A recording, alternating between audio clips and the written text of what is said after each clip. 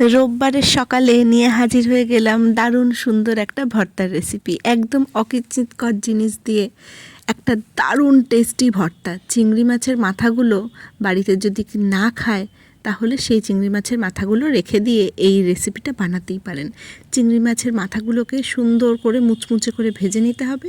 তারপরে তেলের মধ্যে দিতে হবে রসুন আর কাঁচা লঙ্কা, সেটাকে ভেজে নিতে হবে। এই দিকে দিয়ে দিতে হবে পেঁয়াজ কুচিটাকে ভাজতে ভাজতে ওই চিংড়ি মাছের মাথা ভাজা আর রসুন আর কাঁচা লঙ্কাটাকে বেটে নিয়ে আসতে হবে।